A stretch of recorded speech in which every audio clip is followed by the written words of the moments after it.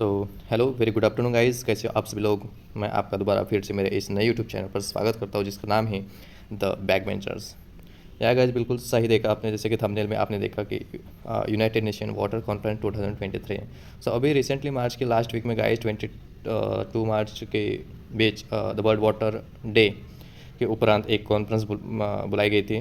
Okay, सो उसके बारे में आपको थोड़ी सी ब्रीफ इन्फॉर्मेशन देने के लिए ये वीडियो मैंने बनाया है। ठीक है, सो लेट्स गाइस विदाउट समय गवाए आइए चलते हैं, देखते हैं। तो गाइस देखिए, तो यूनाइटेड नेशन वाटर कॉन्फ्रेंस 2023, ठीक है। तो जो कॉन्फ्रेंस है, ये कॉन्फ्रेंस कहाँ थी? न्यूयॉर्क सिटी में एक कॉन्फ्रेंस बुलाई गई थी, ठीक है, यूएसए न्यूयॉर्क सिटी में। आफ्टर 46 ईयर के बाद न्यूयॉर्क सिटी में यूनाइटेड नेशन की तरफ से वाटर कॉन्फ्रेंस बिठाई गई थी, ठीक है। और उसकी जो थीम थी, कॉन्फ्रेंस की थीम थी our watershed movement uniting the world for water, ठीक है। सो यू नो गाइज कि आज के इस कंडीशन में पानी कितना महत्वपूर्ण हो चुका है। वाटर काफ़ी इंपॉर्टेंट चीज़ है ह्यूमन लाइफ के लिए। सो ठीक है, सो अब आगे जो वाटर की क्राइसिस है जो हमें अभी देखने लगे, तो यूनाइटेड नेशन को एक ज़रूरत फील हो गई। सो ये कॉन्फ्रेंस उसके उपरांत बुलाई गई, ठीक है। इसका एम क्या था? Aim support the achievement of internationally agreed water related goals and targets including those content in 2030 agenda for sustainable development. इसका एम था, कॉन्फ्रेंस का एम अभी रखा गया है कि सपोर्ट करना है, क्या अचीव करने के लिए जो international agreed water related goals and target है। इंटरनेशनल लेवल पे जो कुछ भी टारगेट्स सेट किए गए थे इसके फर्स्ट कॉन्फ्रेंस में, जो कि 46 ईयर पहले हुई थी, दैट्स मीन 1977 में जो फर्स्ट कॉन्फ्रेंस हुई थी, उसमें भी कुछ ना कुछ टारगेट एम्स उन्होंने डिसाइड किए होंगे। तो उनको अचीव करने के लिए अभी इसका एम रखा गया वो टारगेट्स को अचीव करने के लिए, ठीक है। सो इंक्लूडिंग दोज कंटेन 2030 एजेंडा, ठीक है। 2030 तक जो कुछ भी टारगेट्स थे जो अचीव करने थे, वो भी अभी अचीवमेंट करने के लिए अब इस कॉन्फ्रेंस में एम रखा गया, ठीक है। So this is about the basic information. United nation water conference कहाँ? न्यूयॉर्क सिटी में। इसकी थीम क्या थी और उसका एम क्या था? This is first thing. Next, second बात तो ये जो कॉन्फ्रेंस है, कॉन्फ्रेंस होस्ट करने के लिए तो कोई ना कोई कंट्रीज़ रहेंगे। सो कौन कौन सी कंट्रीज़ थी? एक तो था Tajikistan and the second one is Netherlands है, okay. USA, Tajikistan and Netherlands, ये 3 कंट्री है। सो गाइज कई जगह पर आपको बताएंगे कि Tajikistan and Netherland 2 he country बताएंगे, लेकिन यूएसए में भी न्यूयॉर्क सिटी में थी, तो यूएसए भी उसका भागीदार है। सो historical background, so this is about the A conference के बारे में। अब हिस्टोरिकल बैकग्राउंड में हम देखेंगे कि जो 46 ईयर पहले जो कॉन्फ्रेंस हुई थी उसके बारे में हम थोड़ा ब्रीफली जान लेते हैं, ठीक है। The first such conference held in 1977 इन मार डे प्लाटा, अर्जेंटीना। देखिए, सो गाइज पहली जो कॉन्फ्रेंस जो 1977 में हुई थी वो मार डे प्लाटा अर्जेंटीना में हुई थी, ठीक है। अब पता चला आपको। सो देखिए गाइज, यहाँ पे मैंने मेंशन किया है द वर्ल्ड वाटर डे 22 मार्च। आपको ये डे भी ध्यान में रखना है, छोटी एग्जाम्स के लिए क्या आएगा। और उसका जो थीम थी, उसकी जो मोटो था, हम बोल सकते हैं accelerating change, okay. Next, so guys first water conference के बारे में मैं आपको थोड़ी सी इन्फॉर्मेशन बताता हूँ, ठीक है। The United nation water conference was the first inter governmental meeting. जो यूनाइटेड नेशन की जो वाटर कॉन्फ्रेंस थी, ये फर्स्ट इंटर गवर्नमेंटल मीटिंग थी, ठीक है। यूपीएससी में ऐसे स्टेटमेंट डाल देते हैं कि it was an intergovernmental meeting. So ये इंटर गवर्नमेंटल एक वर्ड है, इस पर आपको काफ़ी ध्यान रखना चाहिए। इंटर गवर्नमेंटल मीटिंग थी।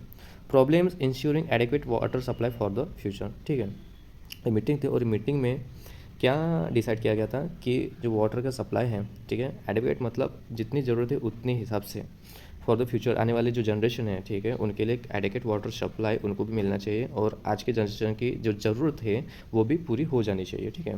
सो delegates from 105 countries as well as the intergovernmental and non governmental organisation we are also presents, ठीक है। तो फर्स्ट जो वाटर कॉन्फ्रेंस हुई थी उसमें 105 कंट्री के intergovernmental and non governmental organisation भी वहाँ पे प्रेजेंट थे, ऐसा वो उनका कहना है, ठीक है। So its purpose was to avoid a water crisis at the end of the century. मतलब उनका पर्पज़ क्या था, देखिए गाइज, कि ये सेंचुरी ख़त्म होने तक, ठीक है, तो वाटर का जो क्राइसिस है, ठीक है, स्कैरसिटी है, वाटर की कमी है, ठीक है, जो कुछ भी वाटर से रिलेटेड प्रॉब्लम्स है, सैनिटाइजेशन है, ठीक है, वो अवॉइड करना, ये कम करना, अवॉइड करना, ये पर्पज़ था वो फर्स्ट कॉन्फ्रेंस का। The next guys, action plan. So let's see guys, at the United Nations Water Conference in 1977, the first action plan was created recognizing that first action plan क्या बनाया गया था, ठीक है। देखिए यहाँ पे all peoples whatever their stages of development and social and economical conditions have the right to have access to drinking water in a quantities and of a qualities equal to their basic needs. इसमें action plan क्या create किया गया था कि सभी लोग जो कोई भी कंट्री रहो वो कंट्री के जो पीपल्स है, जो लोग हैं, कंट्री कौन से मतलब डेवलपिंग फेज के किसी भी स्टेज में रहो, या फिर डेवलप्ड रहो, डेवलपिंग से भी कम रहो, गरीब रहो, रिच रहो, कुछ भी रहो, ठीक है, सोशली बैकवर्ड रहो, सोशली अच्छी रहो, या फिर इकोनॉमिकली वीक रहो, या फिर इकोनॉमिकली स्ट्रांग रहो, ये चीज़ें मैटर नहीं करती, क्योंकि पानी ये नेचुरल थिंग है, ठीक है। तो ऐसा नहीं है कि अगर कोई कंट्री ज़्यादा डेवलप है तो उनको ज़्यादा पानी मिलेगा, कोई कंट्री कम डेवलप है तो उनको कम पानी मिलेगा, ऐसा बिल्कुल भी नहीं है, ठीक है। सो ये भेदभाव ना करते हुए सबको एक एडिक्वेट पानी मिलना चाहिए, सबको समान पानी उनकी ज़रूरत के हिसाब से मिलना चाहिए। ये एक्शन प्लान बनाया गया था यूनाइटेड नेशन के वाटर कॉन्फ्रेंस 1977 में। ओके गाइज, बराबर बात है। देन ये यहाँ पे मैंने आपके लिए एक एडिशनल इन्फॉर्मेशन के लिए यहाँ पे एक कॉन्फ्रेंस का मैंने लिहाजा किया है। यहाँ पे देखो गाइज, एक झारागोजा कॉन्फ्रेंस है 2012 को हुई थी। कहाँ हुई थी? इन रियो डे जेनेरियो। और इसका फोकस क्या था? एक थोड़ी सी एडिशनल इन्फॉर्मेशन रखिए, इसके बारे में इतना डिटेल में जाने की ज़रूरत नहीं हमें। एक झारागोजा कॉन्फ्रेंस थी 2012 में हुई थी। कहाँ हुई थी? इन रियो डे जेनेरियो। और इसका फोकस क्या था? द फ्यूचर वी वांट, हम फ्यूचर ऐसा चाहते हैं। They talk about sustainability of natural resources, जो नेचुरल रिसोर्सेज है, sustainability and the development of business, civil society and governments, ठीक है। सो इसके बारे में आपको ज़्यादा डिटेल में जाने की ज़रूरत नहीं है गाइज। नेक्स्ट चलते हैं। सो अब थोड़ी सी अपन ब्रीफ इन्फॉर्मेशन देखते हैं। जो वाटर क्राइसिस अभी चालू है उसके बारे में हमें एक थोड़ी सी एडिशनल इन्फॉर्मेशन मैं आपको बताना चाहता हूँ। यहाँ पे मैंने मेंशन किया है। Let's guys sees billions of people worldwide still live without safely manage drinking water and sanitation, even though access to both services has long been defined as a human rights. Water and poverty are closely linked. Without water, there is no development, and without development, it is impossible to eradicate poverty.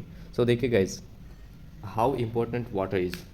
So, guys, let's see. So, billions of people worldwide still live without safely managed drinking water. आज भी पूरे world में ऐसे billions of people है guys, billions of people है world wide में कि वो अभी भी उनको बराबर पीने का पानी भी सेफ नहीं मिलता, ठीक है, एंड सैनिटेशन अच्छा नहीं मिलता पानी पीने को, ठीक है। Even though access to both services has long been depend as human rights. Even though एक पानी हमें मिलना ये एक ह्यूमन राइट है, इट्स एन आवर अपना क्या है, एक फंडामेंटल राइट है। बट फिर भी ऐसे बिलियंस ऑफ पीपल है जिनको पानी के लिए आज भी बहुत मेहनत या फिर प्रॉब्लम्स झेलने पड़ते हैं, ठीक है। अब देखिए यहाँ पे एक स्टेटमेंट बताया गया है कि water and poverty are closely linked. जो पानी है और गरीबी है, ये जो दोनों जो फैक्टर्स हैं ना वो क्लोजली रिलेटेड है। कैसे? कि without water there is no development, मतलब पानी के बिना विकास नहीं होगा, एंड विदाउट विकास ही नहीं होगा तो पॉवर्टी कैसे कम होंगे, ठीक है। तो पानी के बिना विकास, क्योंकि पानी का यूज़ हमें जो कुछ भी इंडस्ट्रियल एरिया में पानी का खूब बहुत ही ज़्यादा यूज होता है गाइस। सो इसलिए मैं आपको बताऊंगा कि अपने इंडिया में पानी का इंडस्ट्री में कितना यूज होता है, मैं आपको बताऊंगा आगे में, ठीक है। सो ये बात आपको समझ में आ गई थोड़ी। Then the global water crisis. अब देखिए ग्लोबल वाटर क्राइसिस क्या है। तो यहाँ पे एक ऑर्गेनाइजेशन है, world meteorological organisation. According to the world meteorological organisation, इसके हिसाब से around 3.6 billion people struggle to get enough water to meet their needs for at least 1 month every year, ठीक है। ऐसे 3.6 बिलियंस ऑफ पीपल है आज भी, ठीक है, कि उनको स्ट्रगल करना पड़ता है इनफ वाटर भी उनको पाने के लिए, उनकी नीड्स पूरी करने के लिए बहुत ही स्ट्रगल करना पड़ता है। मतलब साल में 1 महीने तो भी उनको ऐसा स्ट्रगल करना पड़ता है, ऐसा ये ऑर्गेनाइजेशन का कहना है, मेरा कहना नहीं, ये ऑर्गेनाइजेशन ऐसे बताती है। ये भी बात आप ध्यान में ले लीजिए, एग्जाम के लिए आपको काम में आएंगी। Despite safe water and sanitization being a human rights, ठीक है, इसके बावजूद भी पानी एंड सैनिटाइजेशन ये ह्यूमन राइट है गाइस, मैंने आपको पहले बताया, this is fundamental right. So billions of people, अगर आपने इंडियन कॉन्स्टिट्यूशन पढ़ा होगा, ठीक है, सो ये एक फंडामेंटल राइट्स है। So billions of people lack access to this essential for life as stated by the United Nation. Sorry guys, थोड़ा सा डिस्टर्बेंस आ गया था, I am really sorry for that. So जैसे कि हमने देखा कि द ग्लोबल वाटर क्राइसिस, इसके बारे में मैंने आपको समझा के बताया था। So let's see guys, next हम देखते हैं यहाँ पे the importance of United nation 2023 water conference. ये काफ़ी इंपॉर्टेंट है गाइज, आपको ध्यान में रखना चाहिए, ठीक है।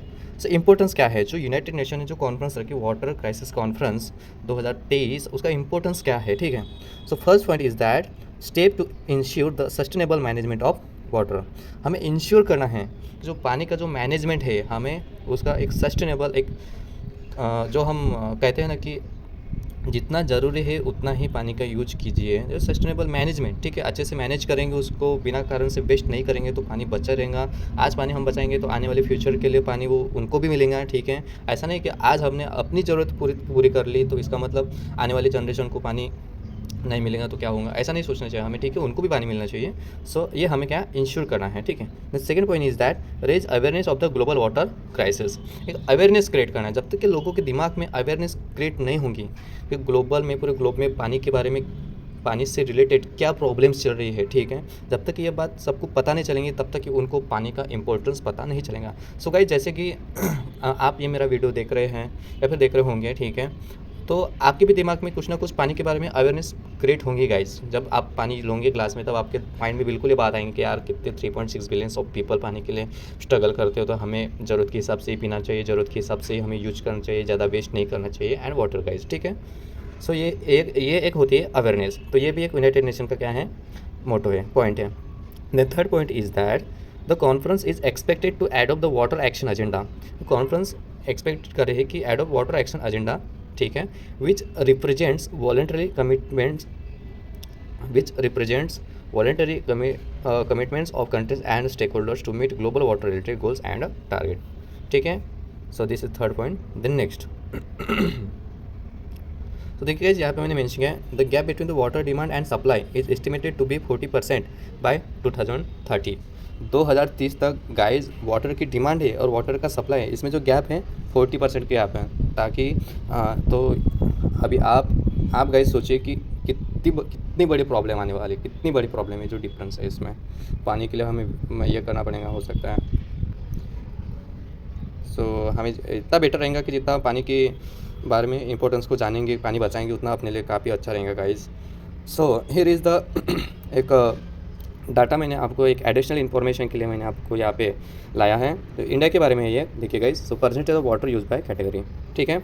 देखिए थर्मो इलेक्ट्रिक पावर के लिए 41% वाटर का यूज किया जाता है। एक्वाकल्चर के लिए 2%, domestic 1%, industrial 5%, irrigation 37%, public supply 12%, live stock 1% and mining and oil gas 1%, ठीक है। सो देखिए यहाँ पे थर्मो इलेक्ट्रिक पावर मतलब एक इंडस्ट्री का एक पार्ट है। तो इंडस्ट्री के लिए गाइस 41% पानी का यूज करते हैं।